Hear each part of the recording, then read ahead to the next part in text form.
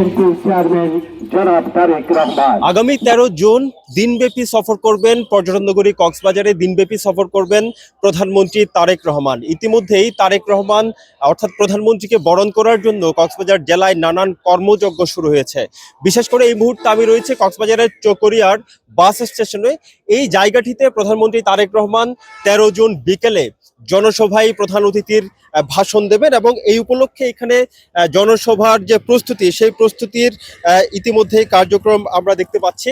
মূলত 13 জুন সকালে প্রধানমন্ত্রী তারেক রহমান কক্সবাজার সফরের উদ্দেশ্যে ঢাকা থেকে রওনা হবেন এবং সর্বপ্রথমেই বিমানবন্দরে উপস্থিতি শেষে তিনি কক্সবাজার সদরের পিএম খালি ইউনিয়নের উদ্দেশ্যে যাত্রা করবেন। বিশেষ করে সেখানে যে পাতলি খাল রয়েছে, সেই পাতলি খালে পুনঃখনন কার্যক্রমে তিনি উপস্থিত হয়ে শুভ উদ্বোধন করবেন। পাশাপাশি সেই জায়গা থেকে পিএম খালি থেকে মূলত তিনি প্রথমেই ডোলা হাজারা সাফারি পার্কের উদ্দেশ্যে যাত্রা করবেন এবং সাফারি পার্কে বৃক্ষরোপণ কর্মসূচির মধ্য দিয়েই তিনি সারা দেশে বৃক্ষরোপণ কার্যক্রমের শুভ উদ্বোধন করবেন এবং পেকুয়াই জুলাই অভ্যুত্থান 2024-এ যিনি শহীদ হয়েছেন, বিশেষ করে প্রথম শহীদ তাকে বলা হচ্ছে, ওয়াসিমের কবর জিয়ারতের লক্ষ্যে তিনি পেকুয়ার উদ্দেশ্যে সেখান থেকে যাত্রা করবেন এবং কবর জিয়ারত শেষে আমরা জানতে পেরেছি যে নবগঠিত যে মাতামুহুরী উপজেলা, সেই মাতামুহুরী উপজেলায় তিনি উপজেলার উদ্দেশ্যে যাত্রা করবেন এবং মাতামুহুরী উপজেলার ভিত্তিপ্রস্তর স্থাপন শেষে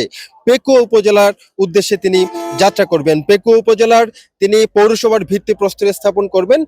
পরবর্তীতে সেদিন বিকেলে চকরিয়া পৌর বাস টার্মিনালে আয়োজিত একটি রাজনৈতিক জনসভায় প্রধানমন্ত্রী তারেক রহমান যোগদান করবেন এবং সেই জনসভা শেষে চকরিয়া হতে মেরিন ড্রাইভ, কক্সবাজারের যে মেরিন ড্রাইভ রয়েছে, সেই মেরিন ড্রাইভ অভিমুখে যাত্রা করবেন এবং মেরিন ড্রাইভ সড়ক এবং সমুদ্র সৈকত পরিদর্শন করার কথা রয়েছে প্রধানমন্ত্রীর।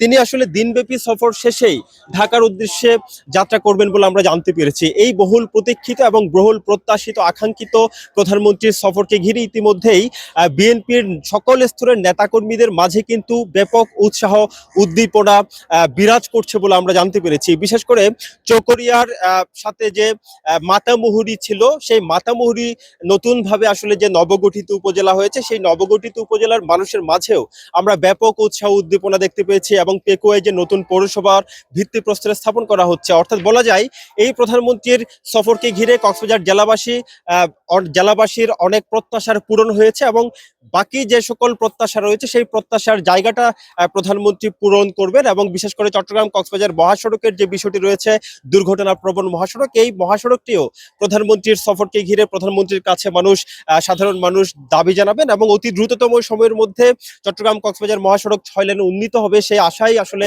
বুক বেঁধে আছেন কক্সবাজার জেলাবাসী।